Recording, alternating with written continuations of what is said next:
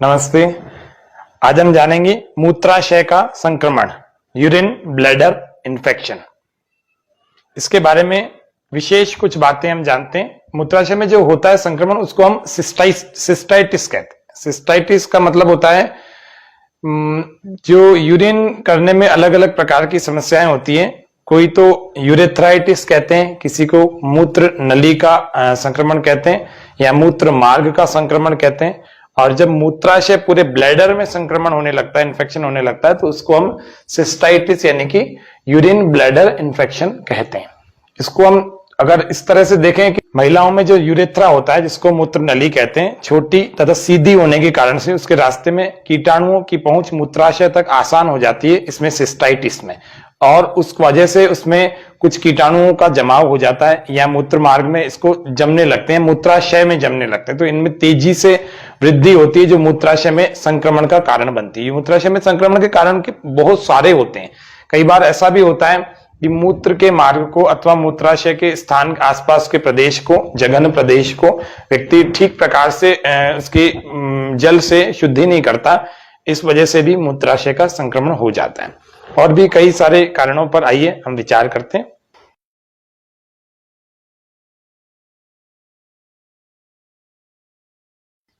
यह रोग जब हो जाता है तो मूत्र का बहाव कम होने लगता है।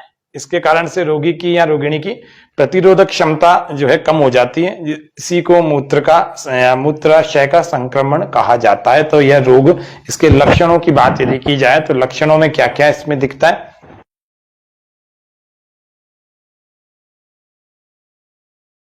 लक्षणों की यदि बात की जाए तो बार बार पेशाब करने की इच्छा होना, यूरिन के लिए बार बार हाजत लगना, उसको पहला लक्षण। दूसरा, पेशाब करते समय दर्द का अनुभव होना।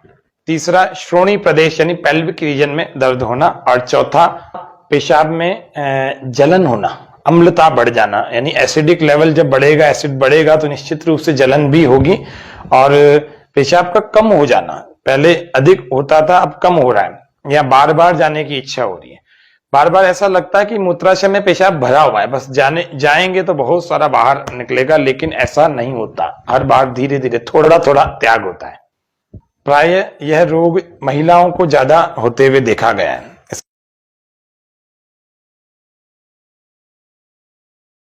इसके कारणों पर यदि विचार करें तो गर्भाशय का कुछ आगे खिसक जाना, यह भी यूरिन ब्लैडर इन्फेक्शन का एक कारण बनता है। ब्लड में शर्करा की मात्रा या शरीर में शर्करा की यानी शुगर की मात्रा का बढ़ जाना, यह एक कारण बनता है। पित्त बढ़ जाना, बाइल जो एक्सेस हो जाता है, वात पित्त कफ हम सब जानते हैं, 3 त्रिदोष होते हैं।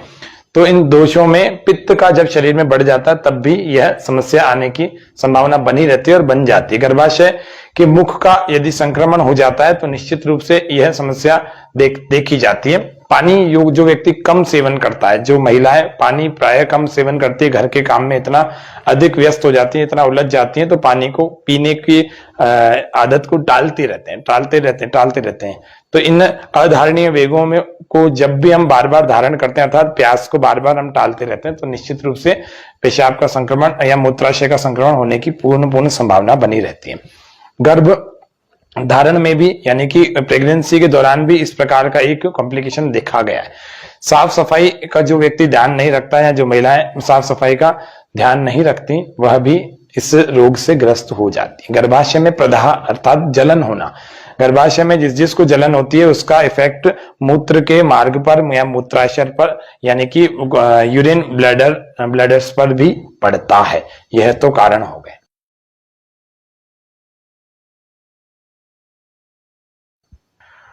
अब हम बात करते हैं इसको ठीक कैसे किया जाए। ये तो लक्षणों की, कारणों की और रोग के परिचय को हमने जाना। इनको ठीक करने के लिए हमारा कार्यक्रम योग व स्वास्थ्य, अर्थात हम योग से किस प्रकार से उपाय ठीक प्रकार से हो जाए वह हम जाने।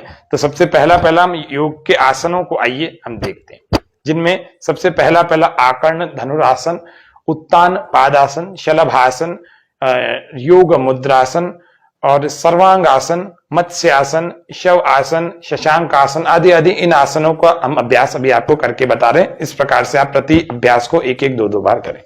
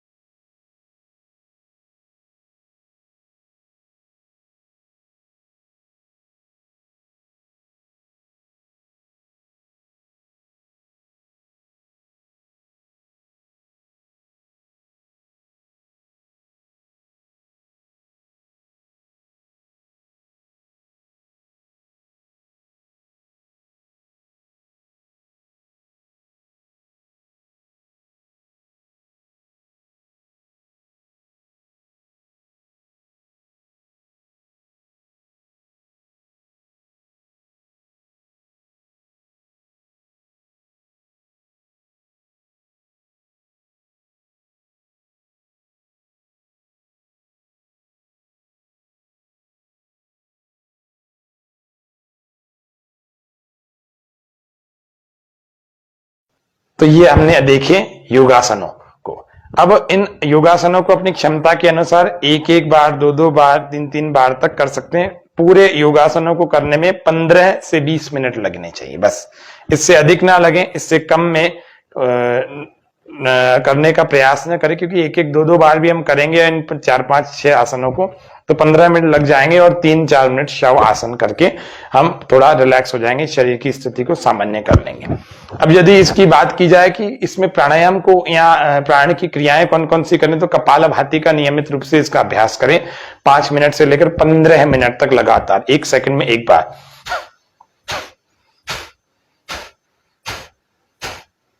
नासिका के दोनों छिद्रों से वायु को वेग पूर्वक 1-1 सेकंड में एक बार बाहर छोड़ते चले जाए। आंखें बंद और बिल्कुल धीरे धीरे आरामदायक स्थिति में करें, और इस वरुण मुद्रा को लगाकर करें। यह वरुण मुद्रा जरूर लगाएं। कौन सी वरुण मुद्रा? ये अंतिम वाली अंगुली जो है ये अंगूठे के पोर से ऊपर से मिल जाती है, तो यह वरुण मुद्रा कहलाती है। इसका अभ्यास 10 मिनट तक करें, और कपालभाति 1 मिनट 2 मिनट जितनी देर आप कर सकें लगातार, फिर रुक जाएं। इस मुद्रा को लगा रहने दें। यह यूरिन के सारे इन्फेक्शंस को दूर करेगी, ये निश्चित बात है, तय है। आप करके देखिएगा, इसका लाभ आप उठाएंगे पहले दिन से ही। और इस पॉइंट को आप दबा दीजिए, नाखून के नीचे के भागों को दबा दीजिए, इसको दबा दीजिए, इस पूरी उंगली को आप मालिश दीजिए। इससे क्या होगा, निश्चित रूप से आपके यूरिन का इन्फेक्शन, यूरिनरी ब्लैडर्स जो है उनका इन्फेक्शन, और जिसको सिस्टाइटिस कहते हैं ये बीमारी, यह ठीक होने लगती है। निश्चित रूप से आप पहले ही रात को सोएंगे, आपको पहले ही रात से इसका अंतर पता लग जाएगा, यूरिन की जो एक्सक्रेशन होता है उससे।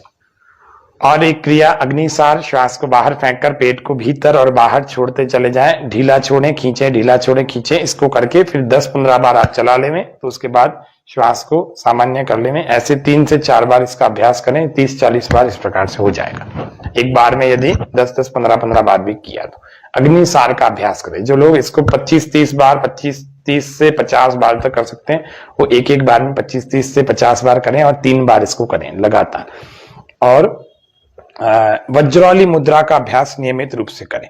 वज्रौली मुद्रा में क्या होगा, श्वास को बाहर फेंकेंगे और धीरे धीरे मूत्र वाहिनी नाड़ियों को भीतर की तरफ खींचें और थोड़ी देर रोकें, रोक करके रखें, और फिर धीरे धीरे ढीला छोड़ दें, श्वास भी भर लेंगे।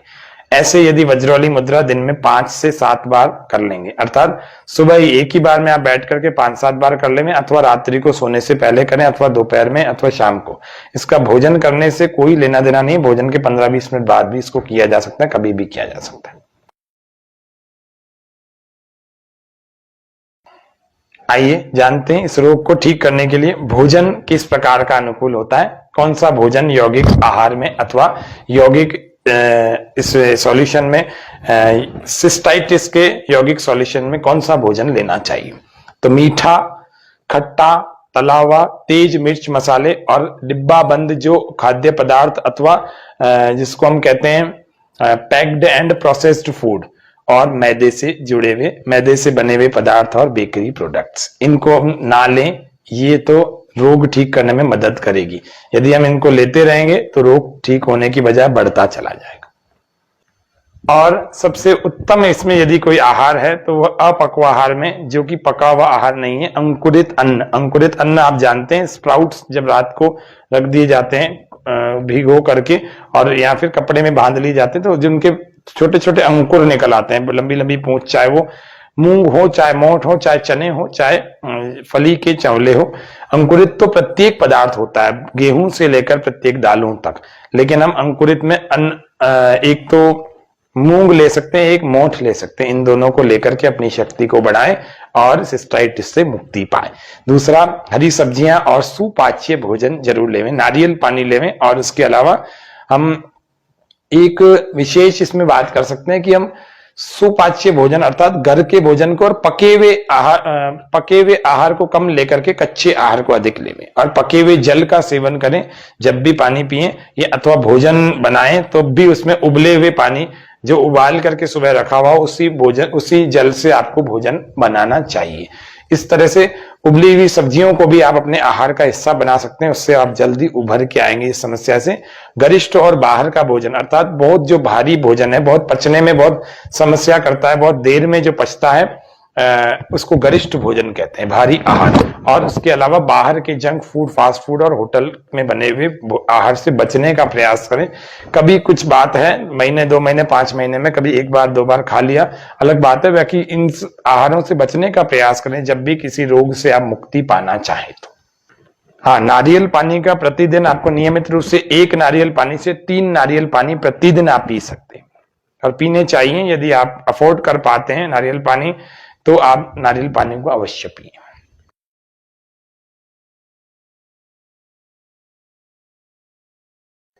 मैंने पहले भी आपको निवेदन किया, महिलाओं को यह रोग अधिक होता है, इसीलिए अपने योनि प्रदेश की साफ सफाई का ध्यान रखें। उसके अलावा एक एनिमा का पॉट लेकर के उस एनिमा पॉट में पानी भर के उसको फिटकरी से युक्त कर लें, थोड़ा सा फिटकरी चूर के उसमें डाल दें अथवा फिटकरी का पानी घोल कर बनाए और बनाने के बाद एनिमा पॉट में रख करके उस एनिमा के पाइप को योनि प्रदेश में और वहां के आसपास की सफाई इत्यादि करें, जिससे कि वहां के सारे संक्रमण जितने भी कीट हैं वो सारे के सारे नष्ट हो जाएंगे, तो संक्रमण की सारी संभावना समाप्त हो जाती। ऐसा 3 से 5 दिन मात्र करें। ऐसे रोगियों को मूत्र को अधिक समय तक मूत्राशय में रोक के नहीं रखना चाहिए, ये हमें ध्यान रखने की बात है। पानी का अधिक सेवन करें, पानी कम सेवन करेंगे तब भी यह समस्या बढ़ जाती है। और प्रतिदिन प्रातः काल में 5 से 6 नीम के पत्ते नियमित रूप से खाएं, 7 दिन से लेकर के 21 दिनों तक। 7 दिन में यदि आपकी समस्या हल हो जाती है तो छोड़ देंगे 8वें दिन, नहीं तो 21 दिन तक आप खाएं। यदि थोड़ा समय, लंबे समय से आप इस समस्या को झेल रहे हैं तो आप इसको 21 दिनों तक सेवन करें। उसके अतिरिक्त आपको नियमित रूप से उड्डयन बंद, जो कि हमने अग्निसार में सीखा था, उड्डयन बंद यानी श्वास बाहर फेंक करके पेट को अंदर चिपकाना होता है, पीठ से टच करना होता है और फिर इसको रोक कर रखना होता है। और यदि रोक नहीं पा रहे हैं तो इसको खींचा, टाइट किया और ढीला छोड़ा, खींचा ढीला छोड़ा, खींचा ढीला छोड़ा। नियमित रूप से आप योगाभ्यास किसी योग शिक्षक की देखरेख में जरूर करें। जो वो क्रियाएं इससे संबंधित, समस्या से संबंधित आपको कराएं वो करनी चाहिए। इस तरह से सिस्टाइटिस को आप मात दे सकते हैं। सिस्टाइटिस का पूरा यौगिक ट्रीटमेंट आपको बिल्कुल संक्षिप्त और कम शब्दों में डाइट चार्ट के साथ, डाइट के साथ बताया, योग के साथ बताया। आशा है इस कार्यक्रम को देखकर आप इसको सुनकर अच्छे प्रकार से इसका लाभ उठाएंगे और अपने इस रोग से मुक्ति पाएंगे। आज के सत्र में इतना ही। जय हिंद, जय भारत।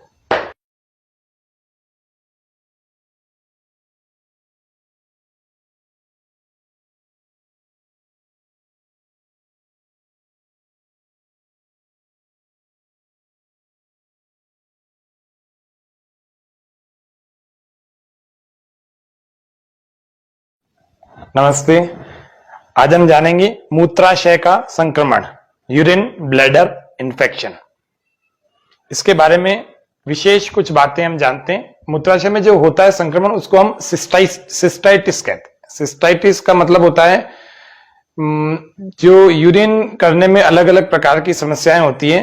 कोई तो यूरेथ्राइटिस कहते हैं, किसी को मूत्र नली का संक्रमण कहते हैं या मूत्र मार्ग का संक्रमण कहते हैं। और जब मूत्राशय पूरे ब्लैडर में संक्रमण होने लगता है, इन्फेक्शन होने लगता है, तो उसको हम सिस्टाइटिस यानी कि यूरिन ब्लैडर इन्फेक्शन कहते हैं।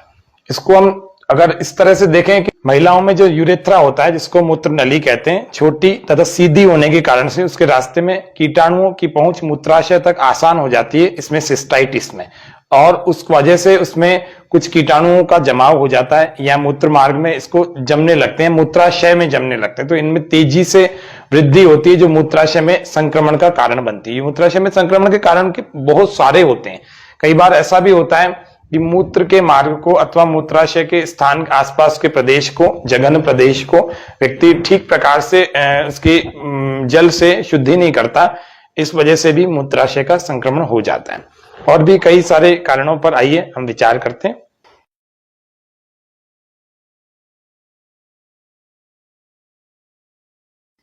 यह रोग जब हो जाता है तो मूत्र का बहाव कम होने लगता है।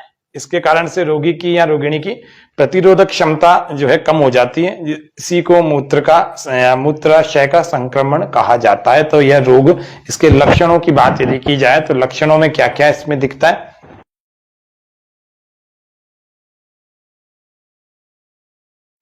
लक्षणों की यदि बात की जाए तो बार बार पेशाब करने की इच्छा होना, यूरिन के लिए बार बार हाजत लगना, उसको पहला लक्षण। दूसरा, पेशाब करते समय दर्द का अनुभव होना।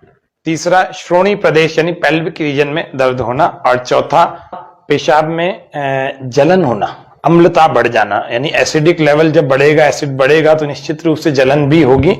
और पेशाब का कम हो जाना, पहले अधिक होता था अब कम हो रहा है, या बार बार जाने की इच्छा हो रही है। बार बार ऐसा लगता है कि मूत्राशय में पेशाब भरा हुआ है, बस जाएंगे तो बहुत सारा बाहर निकलेगा, लेकिन ऐसा नहीं होता। हर बार धीरे धीरे थोड़ा थोड़ा त्याग होता है।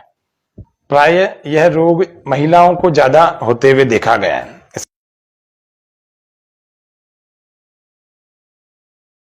इसके कारणों पर यदि विचार करें तो गर्भाशय का कुछ आगे खिसक जाना, यह भी यूरिन ब्लैडर इन्फेक्शन का एक कारण बनता है। ब्लड में शर्करा की मात्रा या शरीर में शर्करा की यानी शुगर की मात्रा का बढ़ जाना, यह एक कारण बनता है। पित्त बढ़ जाना, बाइल जो एक्सेस हो जाता है, वात पित्त कफ हम सब जानते हैं, 3 त्रिदोष होते हैं।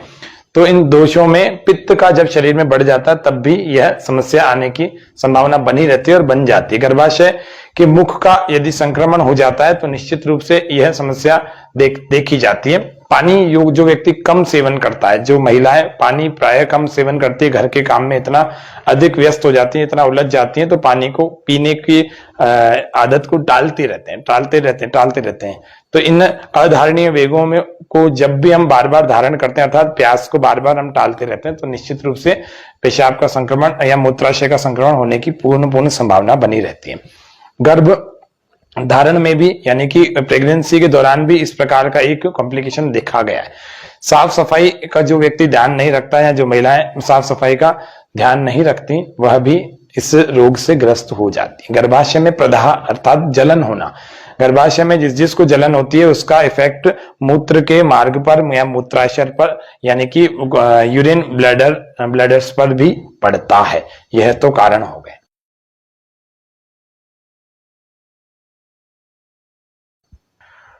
अब हम बात करते हैं इसको ठीक कैसे किया जाए। ये तो लक्षणों की, कारणों की और रोग के परिचय को हमने जाना। इनको ठीक करने के लिए हमारा कार्यक्रम योग व स्वास्थ्य, अर्थात हम योग से किस प्रकार से उपाय ठीक प्रकार से हो जाए वह हम जाने। तो सबसे पहला हम योग के आसनों को आइए हम देखते हैं, जिनमें सबसे पहला आकर्ण धनुरासन, उत्तान पादासन, शलभासन, योग मुद्रासन और सर्वांगासन, मत्स्यासन, शव आसन, शशांक आसन आदि इन आसनों का हम अभ्यास अभी आपको करके बता रहे हैं। इस प्रकार से आप प्रति अभ्यास को 1-1, 2-2 बार करें।